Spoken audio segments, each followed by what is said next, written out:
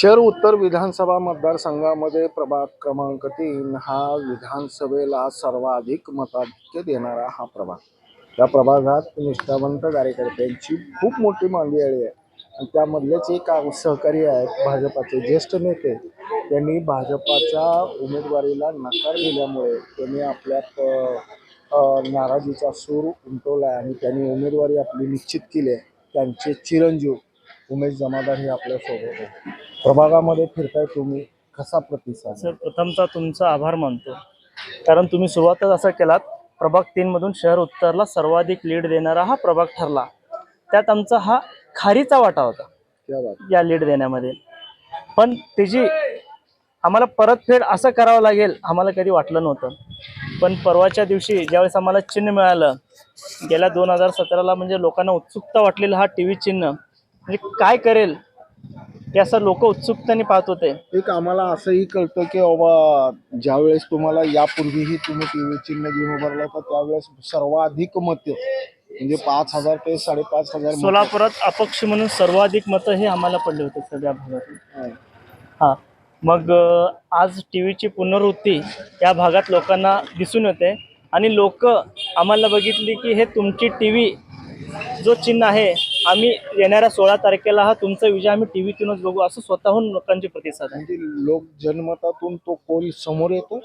हो, निश्चितच। ज्यावेळेस मी परवा चिन्ह निवडायचा ज्यावेळेस प्रयत्न झाला, म्हणजे आम्ही ज्यावेळेस चिन्ह निवडीचा प्रस्ताव टाकला निवडणूक आयोगाकडे, लोकांचं असं मत होतं, जो तुमचं टीव्ही तुम्हाला सिम्बॉल आहे त्या टीव्ही सिम्बॉलनेच आपण भाजपने जे नाकारलं किंवा जे नेत्याने जे नाकारलं त्याच्यावर मात करण्यासाठी तुम्हाला टीव्ही चिन्हच निवडावं लागेल आणि देवाच्या कृपेने आम्हाला टीव्ही चिन्हच मिळालं। क्या बात आहे। पण एक प्रश्न असा आहे की राजकीय विश्लेषक किंवा आमच्यासारख्या पत्रकारांना तो नेहमीच पडतो, खूप मोठी किंमत भाजपाला ह्या आपल्या उमेदवारीची द्यावी लागेल असं वाटतं तुम्हाला? सर, इथल्या नेत्यांचं किंवा या भाजप पक्षा एवढं मी मोठं नाही आहे, पण याची किंमत जनता मात्र मोजून देणार आहे।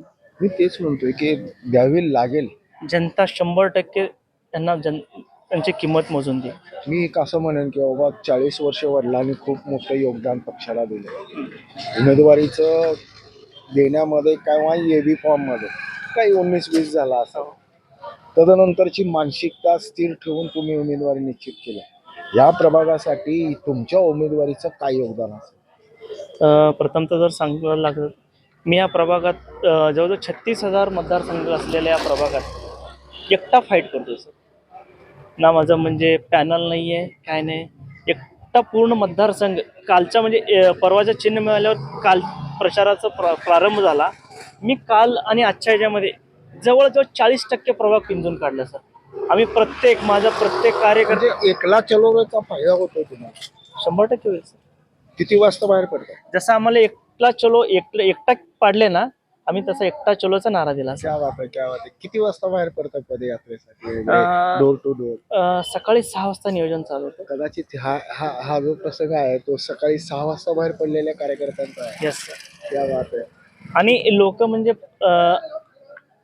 काही अपेक्षा न ठेवता आमच्यासाठी बाहेर पडतात आणि इथल्या प्रस्थापितांचं प्रत्येक कार्यकर्त्याला म्हणजे सांगावं असं वाटतं लोकांसमोर। म्हणजे आता तर या पुढे मी सांगणारच आहे, प्रत्येकाला हा एक फोन येतो, तुम्ही तिकडे जाऊ नका, इकडे जाऊ नका, हे करू नका। पण माझे कार्यकर्ते कोणालाच बळी पडत नाहीत। तू तुझं काम करायचं, मी माझं काम करतो। एक खूप म्हणजे तुम्ही व्यावसायिक बिल्डर आहात। जर का वडिलांची उमेदवारी निश्चित झाली तर जवळपास ह्या प्रभागासाठीचं विशेष असं काय वेगळं विजन असेल? सर, मी वडिलांचं राजकारण बघतोय गेल्या म्हणजे माझं वय 36 आहे, पण या राजकारणात मी जवळजवळ 16 वर्षापासून राजकारण बघतोय। म्हणजे 20 वर्ष झालं मी पण या भागातलं राजकारण बघतो। विशेष असा युवकांसाठी काही लोक काही करू शकले नाही। रोजगार निर्मिती असो, इथले म्हणजे दुरावस्थेत असलेलं क्रीडांगण असो, इथल्या कामगारांसाठीचे काही, इथले दुरावस्थेत असलेलं क्रीडांगण असो, इथले म्हणजे कित्येक गरजवंतांना बघतो, त्यांना आपण हाताला काम देऊ शकतो, पण लोक करू शकले नाहीत। हाताला काम दिलंय की हे कार्यकर्ते आपल्या सोबत नसणार, हे त्यांची मेंटॅलिटी होती आजपर्यंत। पण हे मेंटॅलिटी मी खोडून काढणार आहे। प्रत्येक कार्यकर्त्याला म्हणजे प्रत्येक नागरिकाला हा रोजगार निर्मिती माझ्याकडून कसं देण्यात येईल जास्तीत जास्त, हे माझं पहिलं प्रयत्न आहे. काय आव्हान कराल मतदारांना? आव्हान म्हणजे माझं आव्हान, ज्या दिवशी उमेदवारी नाकारलं त्यावेळेस मी नागरिकांना आव्हान केलं होतं, माझ्या मायबाप लेखांना इथल्या लोकांना आव्हान केलं होतं, ज्यांनी नाकारलं त्यांचा हा प्रश्न नाही, तुम्ही आम्हाला स्वीकारावं हेच आव्हान केलं होतं. क्या बात आहे. किती मार्मिक आहे हा. ज्यांनी नाकारलं त्यांचा प्रश्न नाही आहे, तुम्ही स्वीकारावं. ब्रेन न्यूज करता यासिन शेख सह मी नितीन पाटील.